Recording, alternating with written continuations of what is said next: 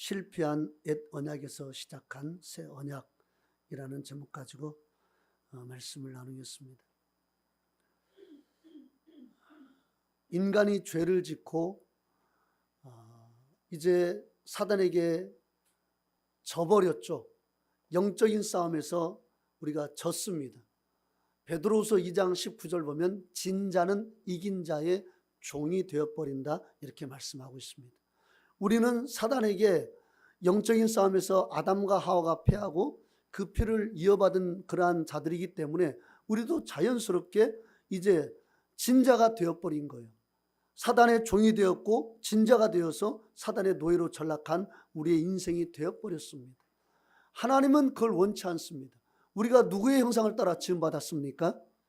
하나님의 형상. 우리는 존귀한 하나님의 형상을 따라 지음받은 자들입니다. 아프리카 흑인들이 얼굴이 새카맣다고 해서 그들이 존귀하지 않는 것이 아니라 존귀한 이유는 그들 역시 하나님의 형상을 따라 지음받은 하나님의 백성들이기 때문에 그렇습니다. 자, 그런데 죄로 인해서 그 모든 하나님의 형상이 다 파괴되어 버렸죠. 하나님의 자녀 형상들이 다 파괴되어 버렸습니다. 이제 하나님의 비전, 하나님의 목적은 뭐냐면 다시 사단에게 빼앗겼던 당신의 백성들을 회복시켜서 나는 그들의 하나님이 되고 그들은 내 백성이 되게 하는 것이 우리 하나님의 비전이요 하나님의 목적입니다. 구약에서는 그걸 뭘 통해서 이루셨냐면 옛 언약을 통해서 당신의 백성들을 나의 자녀로 삼고 나는 그들의 하나님이 되는 그러한 언약을 이루어 주셨습니다. 그런데 우리가 잘 알고 있듯이 이 옛 언약은 이스라엘이라는 그 한 나라에 속해 있는 언약이에요. 우리와는 관계가 없는 그러한 언약이란 말이에요. 그러니까 만약에 지금도 옛 언약으로 하나님께서 당신의 구원을 예비해 놓으셨다면 우리는 언약 밖에 있는 사람이고 우리는 저주 가운데 있는 사람이에요. 그런데 이 새 언약은 이스라엘이라는 그 나라뿐만 아니라 모든 열방을 다 포함하고 있는 언약입니다. 자, 여기 보면은요 33절에 이제 새 언약은 그들의 나의 법을 그들의 속에 두며 그들의 마음에 기록할 것이다 이렇게 말씀하고 있죠. 무엇을 통해서 우리의 속에 하나님의 법을 두고 무엇을 통해서 우리 마음에 그것을 기록합니까? 성령이죠. 자, 우리 고린도 후서 3장을 보세요. 고린도 후서 3장 3절 시작. 우리는으로 말미암아 나타난 그리스도의 편지니 이는 먹으로 쓴 것이 아니요 오직 살아계신 하나님의 영으로 쓴 것이며 또 돌판에 쓴 것이 아니요 오직 육의 마음판에 쓴 것이라. 예, 하나님의 영으로 육의 마음판에 쓴 것이다. 뭐가? 새 언약이. 그래서 6절 보면 우리가 새 언약의 일꾼 되기에 만족하셨으니 율법 조문으로 하지 아니하고 오직 영의 영으로 함이니 율법 조문은 죽이는 것이요 영은 살리는 것이니라 이렇게 말씀하고 있죠. 새 언약의 일꾼 되었는데 오직 영을 통해서 성령을 통해서 새 언약의 일꾼이 되었다라고 말씀하고 있습니다. 그러니까 새 언약은 뭡니까? 성령이에요. 성령을 받은 사람은 새 언약의 일꾼인 것입니다. 자, 그런데요 이 새 언약 성령을 받는 것은 이스라엘 나라에게만 주신 약속이 아니라 우리 요엘서를 보세요. 요를 찾으세요. 호세아 다음에 요엘 1272페이지 28절 29절 봅시다. 요엘서 2장 28절 29절 1273페이지 읽어봅시다. 시작. 그 후에 내가 내 영을 만민에게 부어주리니 너희 자녀들은 장래일을 말할 것이며 너희 늙은이는 꿈을 꾸며 너희 젊은이는 이상을 볼 것이며 그때 내가 또 내 영을 남종과 여종에게 부어줄 것이며 예, 내가 내 영을 만민에게 부어준다 이렇게 말씀하고 있어요. 그러니까 이 새 언약인 성령은 이스라엘이라는 한 나라에만 국한된 언약이 아니라 온 열방과 나라와 민족과 백성을 향한 그러한 하나님의 언약의 약속이라는 것을 우리가 명확히 알 수가 있습니다. 아멘. 이 언약을 통해서 나는 그들의 하나님이 되고 본문 31장 예레미야 31장 33절에 그러죠. 나는 그들의 하나님이 되고 그들은 내 백성이 될 것이다. 그러니까 성령을 통해서 이제 하나님은 그들의 하나님이 되고 그들은 내 백성이 되는 은혜가 주어지게 된다라는 사실입니다. 자, 이게요 얼마나 중요한지 이 본문을 히브리서 기자가 그대로 인용해서 말씀하고 있습니다. 히브리서 8장을 보세요. 8장 8절 9절 읽어봅시다. 시작. 그들의 잘못을 지적하여 말씀하시되 주께서 이르시되 볼지어다 날이 이르리니 내가 이스라엘 집과 유다 집과 더불어 새 언약을 맺으리라. 또 주께서 이르시기를 이 언약은 내가 그들의 열조의 손을 잡고 애굽 땅에서 인도하여 내던 날에 그들과 맺은 언약과 같이 아니하도다. 그들은 내 언약 안에 머물러 있지 아니하므로 내가 그들을 돌보지 아니하였노라. 예. 그러니까 옛 언약 이 파기된 이유를 정확히 말씀하고 있죠. 그들은 내 언약 안에 머물러 있지 아니하므로 내가 그들을 돌보지 아니하였노라. 그러니까 이 언약이 이렇게 중요한 겁니다. 언약 안에 머물러 있지 아니하므로 내가 그들을 돌보지 아니했다. 새 언약도 똑같습니다. 새 언약 안에 들어와서 그 언약 안에 우리가 하나가 될 때 하나님은 나의 하나님이 되고 나는 그 하나님의 백성이 되어서 하나님의 언약 안에 있기 때문에 하나님이 나를 돌보시고 인도하시는 것이에요. 그러니까 내가 언약 안에 들어가지 않고 언약 안에 머물러 있지 않고 언약을 무시하고 구약부터 예언해 놓은 이 언약을 무시하고 내가 성령 안에서 함부로 생각하고 쉽게 생각하고 뭐 성령 받는 거 뭐 그게 뭐 이미 다 믿으니까 받은 거지 이렇게 생각하고 성령 받기를 거절하고 안 받고 무시하고 이렇게 한다면 하나님의 언약 안에 머물러 있지 못하는 것입니다. 하나님의 언약 안에 머물러 있는 그 사람을 하나님이 돌보시고 하나님이 그를 인도하신다고 성경은 말씀하고 있는 거예요. 그러니까 제가요 어떤 그 이 행사나 집회 때 열심히 기도해 주는 이유가 여가 있어요. 어떤 목사님들은 그렇게 말해요. 최인기 목사님이 기도해 주면 다 성령 받는데 그런 이 소문이 우리 교단 사이에 목사님들 사이에 좀 퍼져 있어요. 그래서 성령 못 받으면 최인기 목사님한테 가라 이런 게 있어요. 그건 사실이 아니에요. 제가 진짜 그 영혼이 성령 받는 걸 너무 원하기 때문에 그냥 포기할 수 없어서 그냥 기도하다 보니까 그러는 것이지 제가 주는 게 아닙니다. 정말 그 영혼을 생각하면 제가 그냥 뿌리칠 수가 없어서 그냥 좀 기도해 주다 아이고 너무 싼 이 생장작 같으면 벌써 딱 느낌이 와요. 이거 진짜 힘들겠구나 이 사람 성령 받기 위해서 기도하는 거 이거 어렵겠구나 막 그런 느낌이 올 때는 그냥 기도해주고 그냥 가고 싶어요. 그래도 누가 뭐라고 할 사람 아무도 없어요. 그런데 그게 잘 안 돼요. 그 영혼을 생각하면 그게 잘 안 된단 말이에요. 그러니까 막 기도해 주다 보니까 어느새 보니까 성령을 받아요. 다 성령 받는 거 아닙니다. 제가 기도도 못 받은 분도 있어요. 분명히 있어요. 근데 다만 끝까지 기도를 해주려고 애를 써요. 왜? 새 언약이니까. 새 언약 안에 머물 수 있도록 해야 되니까. 그게 목회자의 사명이니까. 그래서 하는 거란 말이에요. 제가 주는 거면 빨리빨리 다 주죠. 안 그래요? 목이 이렇게 막 잠겨서 얼마나 힘든데요. 막 더운 나라처럼 땀이 많아가지고 저는 우리 아들이 부러워요. 그래서 우리 아들은 땀을 안 흘려. 저는 얼마나 부러운지 몰라요. 저는 조금만 기도하면 땀이 막 비 오듯이 쏟아져가지고 막 우리 그것을 본 분들은 우리 목사님 열심히 기도하신다고. 아니에요. 열심을 내는 거 아니에요. 그냥 땀이 많아요. 그런데 다른 분들은 최인기 목사님 너무 열심히 하신다고. 참 그런 면에서는 좀 이득이 있긴 있는데 근데 진짜 저는요 땀이 많아서 그래요. 진짜 막 열심히 기도 안 해도 땀이 나는 사람이에요. 근데 막 이렇게 기도하면 땀이 막 줄줄 흐르니까 기도해 주는 거 진짜 쉽지 않아요. 그리고 오래 기도해 주는 거 진짜 쉽지 않습니다. 기도하는 것은 그게 새 언약이니까 그래요. 새 언약이 그 마음판에 새겨져야, 그리고 새 언약 안에 머물러 있어야 나는 하나님의 백성이 되고 하나님은 나의 하나님이 되니까 제가 그래도 그렇게 고생하는 겁니다. 저는 그래서 하나님께 기도했어요. 하나님, 제발 그냥 안수하면 바로 성령 받게 해주세요. 너무 힘들어요. 제가 그렇게 기도한 적이 한두 번이 아니에요.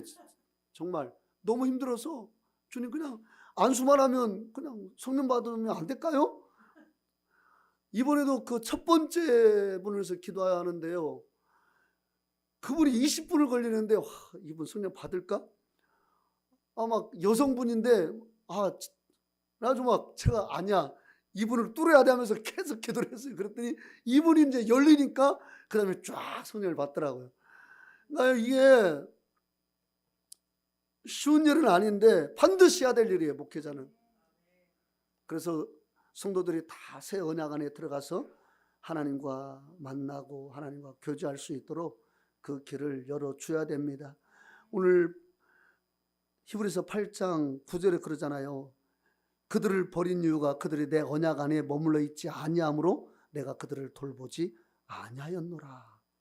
그러면서 이제 10절 보면 또 주께서 이르시되 그날 후에 내가 이스라엘 집과 맺을 언약은 이것이니 내 법을 그들의 생각에 두고 그들의 마음에 이것을 기록하리라. 나는 그들의 하나님이 되고 그들은 내 백성이 되리라. 13절 보면 이것이 바로 새 언약이라 말씀하셨음에, 여러분, 새 언약은요, 첫 번째는 성령이 임함으로 새 언약이 시작됐고, 그 다음에 새 언약이 반드시 따라가는 게 바로 우리의 죄를 사하는 예수님의 침례입니다. 그래서 보세요, 12절 보세요. 12절 읽어봅시다. 시작. 내가 그들의 불의를 긍휼히 여기고 그들의 죄를 다시 기억하지 아니하리라 하셨느니라. 예, 죄를 다시 기억하지 않으라. 성령을 받고 그 다음에 침례를 통해서 다시 죄를 기억하지 않는 이 새 언약, 하나님이 우리에게 주신 영원한 이제 언약이라는 사실을 기억하시기를 바라겠습니다. 그래서 10장에서요 이렇게 말씀하고 있어요. 히브리서 10장 똑같은 이 에레미야 31장 31절부터 34절까지의 말씀을 히브리서가 8장에서도 언급하고 있고 또 10장에서도 언급하고 있어요. 10장 16절, 그래서 18절까지 봅시다. 시작. 주께서 이르시되 그날 후로는 그들과 맺을 언약이 이것이라 하시고 내 법을 그들의 마음에 두고 그들의 생각에 기록하리라 하신 후에 또 그들의 죄와 그들의 불법을 내가 다시 기억하지 아니하리라 하셨으니 이것들을 사하셨은즉 다시 죄를 위하여 제사 드릴 것이 없느니라. 아멘. 예, 이제 이 10장에서는요 축약판이죠. 에레미야 31장 31절부터 34절까지 축약판을 이 히브리서 10장 16절부터 18절까지 말씀하고 있어요. 여기에는 새 언약이 바로 성령이라는 것을 말씀하고 있고, 그 다음에 죄를 사하여서 다시는 죄를 위하여 드릴 제사가 없다. 이건 뭡니까? 예수로 받는 침례. 그래서 이제 해마다 드렸던 그 짐승의 제물로 더 이상 죄를 사할 필요가 없어진 겁니다. 왜? 예수 이름의 침례를 통해서 영원한 죄사함의 약속이 우리에게 주어졌기 때문에 그렇죠. 그래서요, 우리가 새 언약 안에 머물러 있는 삶은 너무나 귀한 삶입니다. 우리가 예수 이름으로 침례받고 그래서 죄가 사함받고 성령을 받는 것, 이게 너무나 귀한 약속이고 너무나 중요한 것인데요. 자, 성령이 언제 임했고 베드로 사도가 언제 물과 성령으로 건너는 그 새 언약의 복음을 전했습니까? 오순절 날이죠. 사도행전 2장을 봅시다. 사도행전이요. 사도행전 2장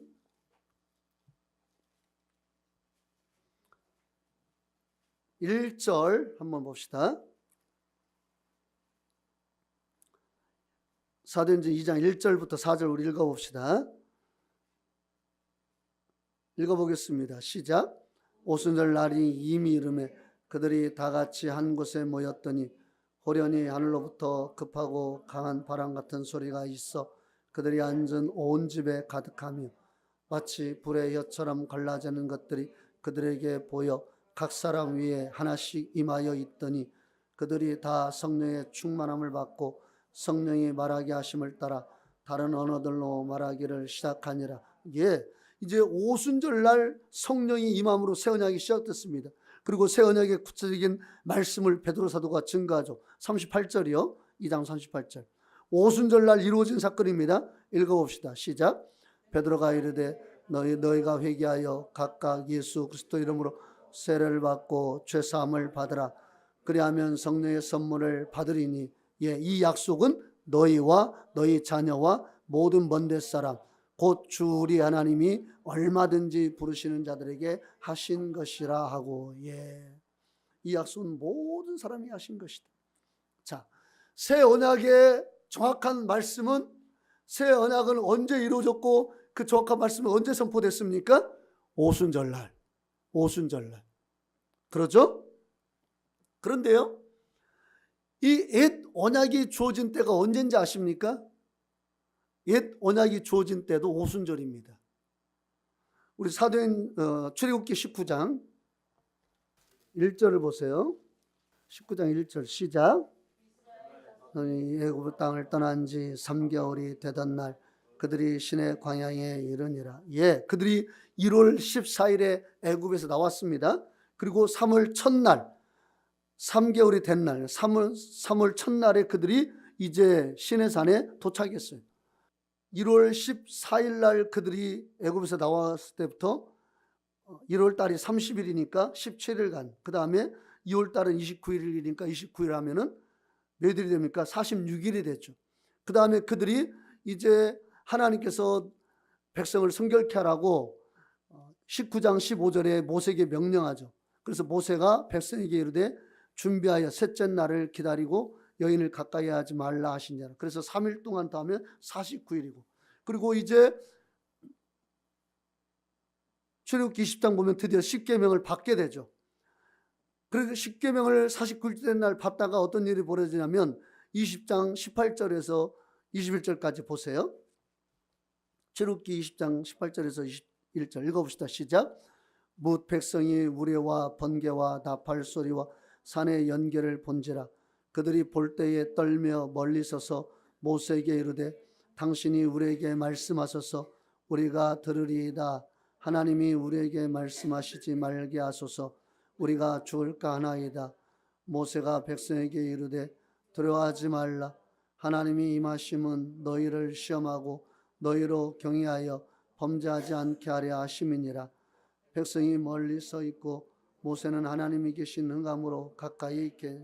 예, 하나님이 직접적으로 모세와 백성들에게 십계명을 주는데 그들이 너무 두려워가지고, 그들이 너무 무서워서 멀리 떨며 멀리 서서 모세에게 부탁하죠. 19절에 당신이 우리에게 말씀해 달라고, 우리가 듣겠다고, 하나님이 우리에게 말씀하시지 말게 해달라고, 우리가 죽을 것 같다고. 너무 무서워서 이제 그렇게 모세에게 요구할 때 모세가 이제 하나님께 가서 그렇게 말씀을 드리죠. 이게 하루가 이제 거기서 지나갑니다. 그래서 50일째 되는 날 정확히 이제 이 십계명을 백성들이 받게 되는 거예요. 그러니까 6월절 날을 정하고 그 6월절 일이 있은 다음으로 50일째 되는 날 이스라엘 백성들이 시내산에서 십계명을 받은 것입니다. 옛 언약을 받은 날이 언제예요? 오순절 날입니다. 새 언약을 받은 날이 언제입니까? 오순절 날이에요. 실패한 그 언약의 자리에서 하나님이 다시 시작한 것이 바로 오순절날 성령 강림, 새 언약의 사건입니다. 그러니까 우리 하나님은요, 너 실패했으니까 너 이제 끝이야. 너 나를 제대로 믿지 않고 너 떠났으니까 너 이제 끝이야. 이게 아니라 실패한 그 자리에서 그 사람을 다시 회복해서 새 언약의 일꾼으로 세우시는 것이 우리 하나님의 뜻이라는 사실입니다. 그러니까 하나님 앞에서 끝날 때까지 아무도 끝난 게 아니에요.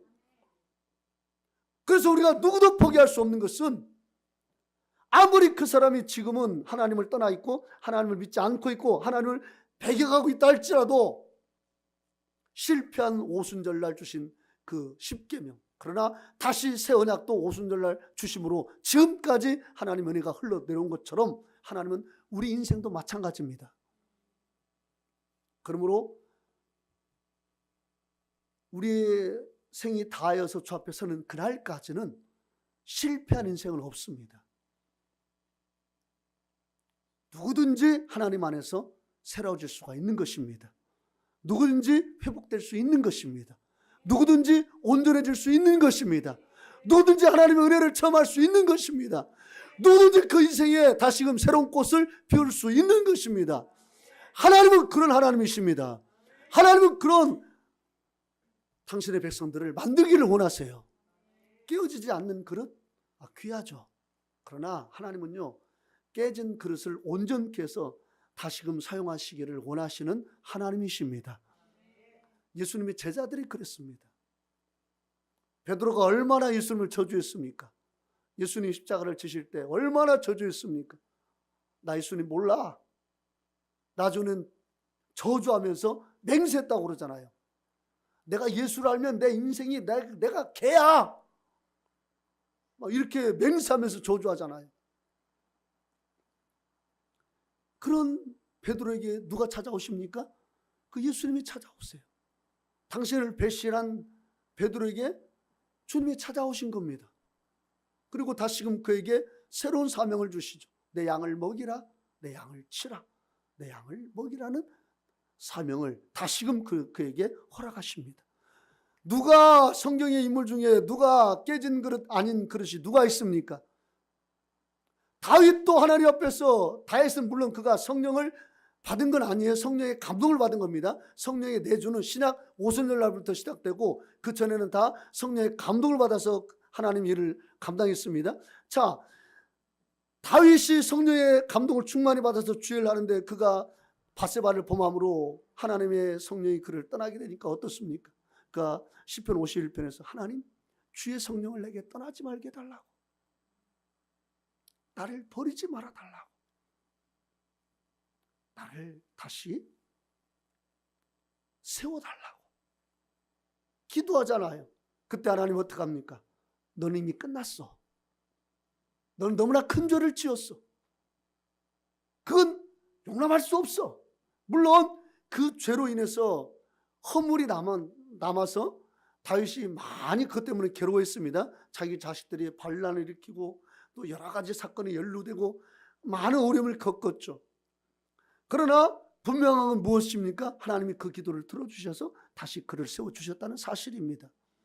실패한 그곳에서 하나님은 그를 들어 쓰신 거예요. 여러분, 우리가 큰 죄 저지를 수 있고 지을 수 있습니다. 중요한 것은 그 실패한 자리에서 다시 하나님을 구하는 것입니다. 주의 은혜를 찾는 것입니다. 주님, 나 만나주세요. 나 이렇게 살고 싶지 않습니다. 내가 이렇게 죄를 지었지만 저 이렇게 살고 싶지 않습니다. 나 다시 회복되기 원합니다. 주님, 나 도와주세요. 그렇다면 다시금 우리가 새 언약 안에 들어가서 새로운 하나님의 은혜 속에서 살아가는 당신의 거룩한 백성들이 될 줄로 믿습니다.